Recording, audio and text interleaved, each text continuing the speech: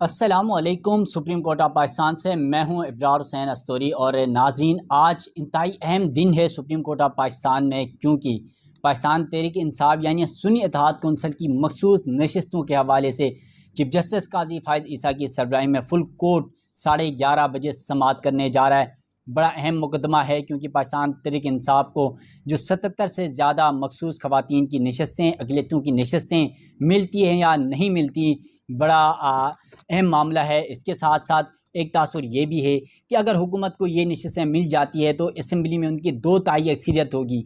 और फिर जो एक अफवाह गर्दिश कर रही है कि सरकारी मुलाजमीन को 3 साल उनकी मुद्दत मुलाजमत में एक्सटेंशन दी जाएगी, तो क्या चीफ जस्टिस काजी फायज़ ईसा उस एक्सटेंशन का फ़ायदा उठा सकते हैं या नहीं। मेरे साथ सुप्रीम कोर्ट के रिपोर्टर हैं राजा बशारत, सीनियर साफ़ी हैं, बड़े इनके तजिए होते हैं। आज ज़रा पूछते हैं कि राय साहब, क्या कुछ होने जा रहा है? क्या लगता है कि पेशावर हाई कोर्ट से पाकिस्तान तहरीक इंसाफ को रिलीफ नहीं मिला लार्जर बेंच ने, फिर इंट्रा कोर्ट अपीलों पर सुप्रीम कोर्ट आ गए। क्या लगता है कि वाकई सुप्रीम कोर्ट से कुछ रिलीफ मिलेगा काजी फायज़ साहब के होते हुए, नहीं मिलेगा? क्या समझ? बिस्मिल्लाहिर्रहमानिर्रहीम। बहुत शुक्रिया इब्रार अस्तूरी साहब। आपको पता है कि 5 मई को समाअत हुई थी इस पर पेशावर हाई कोर्ट के फैसले के ख़िलाफ़, और जस्टिस मंसूर शाह की सरबराही में जो 3 रुकनी बेंच समाअत कर रहा था, उन्होंने पेशावर हाई कोर्ट के फैसले को मुअत्तल करते हुए ये कहा था कि जो मखसूस नशिस्तें हैं उनको हम मुअत्तल करते हैं, लेकिन उन्होंने कहा था कि इससे पहले जो कानून साजी हो चुकी है वो बाकी रहेगी, उस पर कोई इसका बरकरार रहेगी, उस पर इसकी मुअत्तली का कोई जो अफेक्शन है वो नहीं होगा। 3 जजेस ने तो अपना माइंड सेट जो है वो जिसको अप्लाई किया है, दे दिया है। अब तो ये 13 रुकनी बेंच बना है, लार्जेस्ट बेंच या फुल कोर्ट। अगर जस्टिस मसर्रत अल अली साहिब फराश ना होती तो वो भी बेंच का लाजमी हिस्सा होती। अब इसे फुल कोर्ट ही कह सकते हैं। बाकी रही बात कि इसमें क्या होगा, अगर तारीख़ देखी जाए, चीफ जस्टिस काजी फायज़ ईसा जब से इस मनसब पर बैठे हैं, तो जस्टिस फायज़ ईसा और चीफ जस्टिस काजी फायज़ ईसा में बड़ा फ़र्क है। मतलब आप ये बताना चाह रहे हैं कि जब काजी फायज़ साहब जज थे तो कुछ अलग उनका तरीका था, चीफ जस्टिस हाँ, बनने के बाद बिल्कुल उनके रवैये बिल्कुल में ऐसा तब्दीली है। आई है। जस्टिस फायज़ ईसा और चीफ जस्टिस काजी फायज़ ईसा में फ़र्क है। अब तक जितने भी फैसले, जितने भी केस तहरीक इंसाफ के चीफ जस्टिस काजी फायज़ ईसा के सामने लगे हैं, तो मैं समझता हूँ कि चीफ जस्टिस काजी फायज़ ईसा के अंदर का एक मौलवी मुश्ताक उस वक़्त जाग जाता है, और वो जो भी फैसले वो करते हैं वो मौलवी एक इंसाफ पसंद मुनसफ़ की हैसियत से नहीं। अब तक जितने भी फैसले हुए तहरीक इंसाफ के बारे से, आप वो तारीख़ उठाकर देख लें।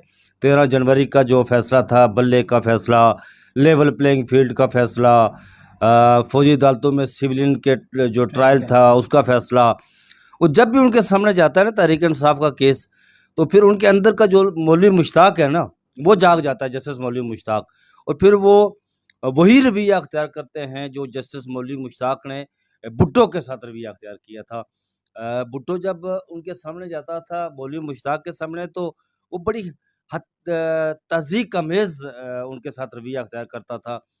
भुट्टो तो उन्हें माई लॉर्ड कह कर पुकारा करता था, तो मौलवी मुश्ताक कई दफ़ा ऐसा होता था कि फ़ाइल उठाकर बेंच पर दे मारता था। तो मेरा कहने का मकसूद ये है कि मौलवी मुश्ताक एक मंतक़म मज़ाज मुनसफ़ था, और तारीख़ उसे इस हवाले से याद रखती है।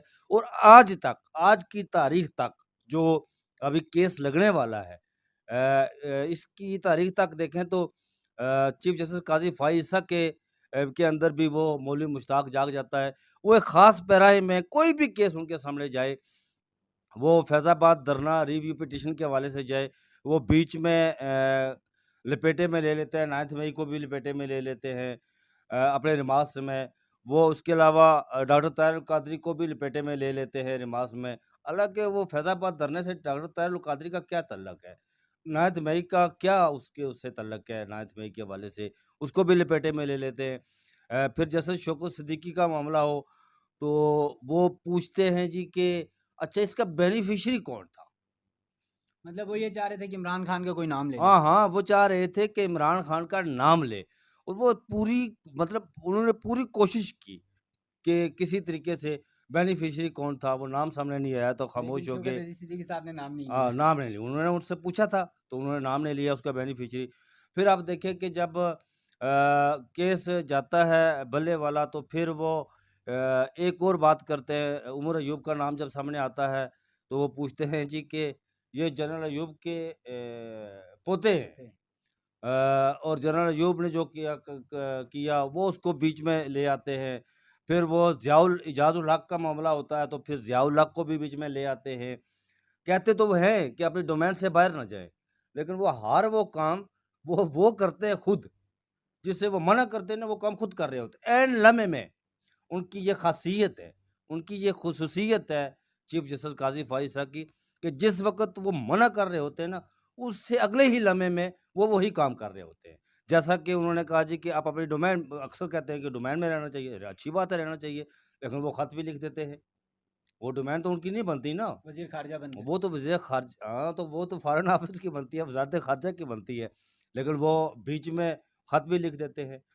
फिर वो वैसे खतो किताबत में तो काजी साहब बड़े मास्टर हैं पुराने। हाँ, हाँ, ख़त-ओ-किताबत में क़ाज़ी साहब मास्टर हैं, लेकिन यहाँ पर देखें यहाँ पर ख़त-ओ-किताबत वो करते ज़रूर हैं, लेकिन जब ये नए-नए चीफ़ जस्टिस बने थे, तो हमें वेबसाइट पर वो हफ़्तावार मिलती थी जो केसेज़ काज लिस्ट। काज़ नहीं, काज़ लिस्ट नहीं, केसेज़ कितने पेंडिंग हाँ, हुए, कितने कितने निपटाए गए। निपटाए गए, कितना बिल्कुल, एक फलाँ-फलाँ रिपोर्ट आती सारा थी रिपोर्ट बिल्कुल, आती थी। हर 15 दिन बाद। फिर ये जो जजेस कमेटी की जो मीटिंग होती थी उसके मिनट्स भी सामने आते थे। लेकिन जब वो सारा कुछ हुआ तो वो मिनट्स भी गायब हो गए, वो रिपोर्ट भी आना गायब हो गई। फिर वो अपनी जो जस्टिस काज़ी फ़ाइज़ ईसा था, वो कहीं बहुत पीछे रह गया और चीफ जस्टिस काज़ी फ़ाइज़ ईसा के अंदर मौलवी मुश्ताक सामने आ गया। कि करना क्या है? जिस तरह मौलवी मुश्ताक जब वो जस्टिस था तो कुछ कहता था और जब वो चीफ जस्टिस बना तो फिर वो मुंतकम मिज़ाज हो गया मौलवी मुश्ताक और वही मौलवी मुश्ताक चीफ जस अच्छा ना चाहते हुए भी अच्छा राय साहब, वैसे बात ये है कि काजी फायद ईसा साहब, जिस तरह आपने भी बात की, और पाकिस्तान तहरीक इंसाफ की भी का भी यही मौक़िफ़ है कि जब भी पीटीआई का कोई मुकदमा काजी फायद ईसा साहब की अदालत में लगता है तो उन्हें रिलीफ नहीं मिलता है, बल्कि उनके की सोच के बरक्स रिमार्क्स मिलते हैं। तो फिर ये आपको क्या लगता है, आज का जो मुकदमा है उस पर कोई पीटीआई इतराज़ उठाने जा रही है, नहीं जा रही है, तो फिर पीटीआई खुद तकसीम क्यों है? कुछ कह रहे हैं हम इतराज़ करेंगे, कुछ कह रहे हैं हम नहीं करेंगे, ये खुद पीटीआई तकसीम क्यों है? देखिए जी, एतराज़ करना हर फ़रीक का हक है, अदम एतमाद करना हर फ़रीक का हक है। वो तो चीफ जस्टिस काज़ी फ़ाइज़ साहब के हवाले से एक 5 रुकनी बेंच ने यहाँ पर ऑब्ज़र्वेशन भी दी हुई है, रिमार्क्स भी दिए हुए हैं कि काज़ी फ़ाइज़ साहब को अच्छा मैं समझता हूँ कि चीफ जस्टिस गुलज़ार गुलज़ार बड़ा साहब का, सियाना आदमी था यार। गुलज़ार साहब का। उसे पता था कि मौलवी मुश्ताक जाग जाएगा। इसलिए उसने ऑब्ज़र्वेशन और रिमार्क्स दिए थे कि तहरीक इंसाफ का के इमरान खान इमरान खान ये का फ़रीक रहे हैं ना जी। और फिर 13 जनवरी को जो हुआ, वो सबके सामने नहीं, है वैसे ना। पूरी बात बता दें, उस फैसले में इमरान खान का कोई भी मुकदमा चीफ जस्टिस काजी फायसा उस वक्त जब जज थे उनके अब देखिए जी, सामने जब नहीं उनके सुना जाएगा, खिलाफ नहीं रेफ़रेंस रहेगा। दायर हुआ चीफ जस्टिस काज़ी फ़ाइज़ साहब के खिलाफ, तो उन्होंने उस रेफ़रेंस को चैलेंज किया चीफ जस्टिस ने। उस वक़्त ये जस्टिस थे, बिल्कुल उन्होंने जज थे। चैलेंज किया, तो फिर उन्होंने फ़रीक किसे बनाया था इमरान खान को। बिल्कुल। फिर उस वक़्त बाद में 5 रुकनी बेंच ने ऑब्ज़र्वेशन, रिमार्क्स ये सारा कुछ उसका हिस्सा बनाया था उस जजमेंट का।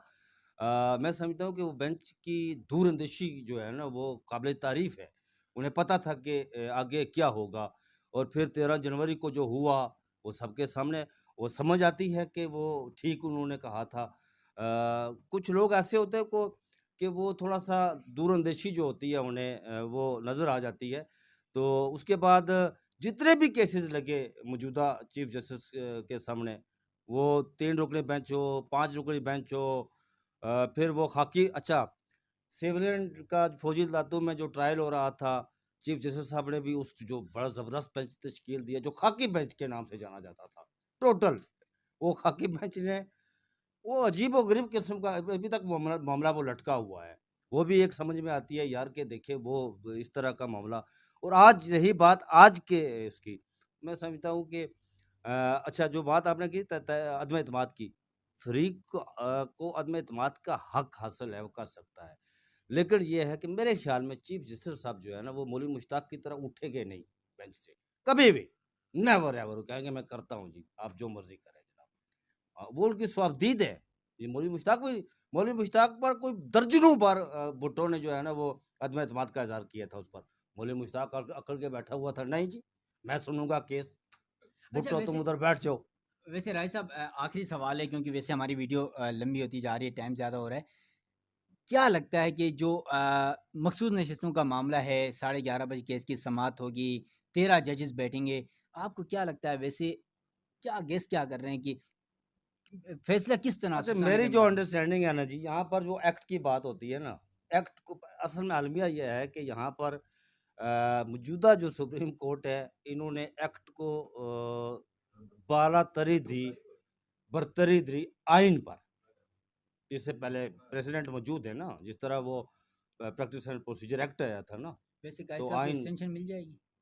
नहीं, काजी साहब वो तो एक्सटेंशन नहीं, कुर्सी में बड़ी ताकत है यार। काजी साहब एक्सटेंशन ये कौन नहीं, सी क्योंकि बात है कि पाकिस्तान मामला। तहरीक इंसाफ के वकला तो ये कह रहे हैं कि ये सारा कुछ तो सिर्फ इसलिए किया जा रहा है कि जो मुद्दत मुलाजमत सरकारी मुलाजमीन की 3 साल बढ़ाने की कोशिश की जा रही है, अच्छा, उसमें मैं काजी जो फाइज कह भाई रहा हूँ, साहब चलो छोड़ो जी वो बेनिफिशियरी हैं। बात करते हैं। मैं जो कह रहा हूँ कि ये माल गनीमत के तौर पर तकसीम नहीं होनी चाहिए और नहीं होंगी तकसीम।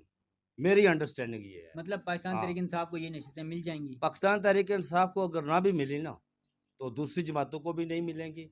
लेकिन ये एक हो सकता है कि उनकी शायद 2 तिहाई अक्सरियत वाला मामला भी वो हो जाए। लेकिन ये है कि ये माल गनीमत के तौर पर रह जाएगी। आज एक और चीज़ तय होनी है, वो 51 सी एक उसकी भी तशरीह होनी है। 106 की भी तशरीह होनी है कि कोई भी सियासी पार्टी बगैर इंतखाबी निशान के अगर वो इलेक्शन में इंतखाबात हिस्सा में लेगी? जाती है, तो वो सियासी पार्टी कंसीडर्ड होती है कि नहीं।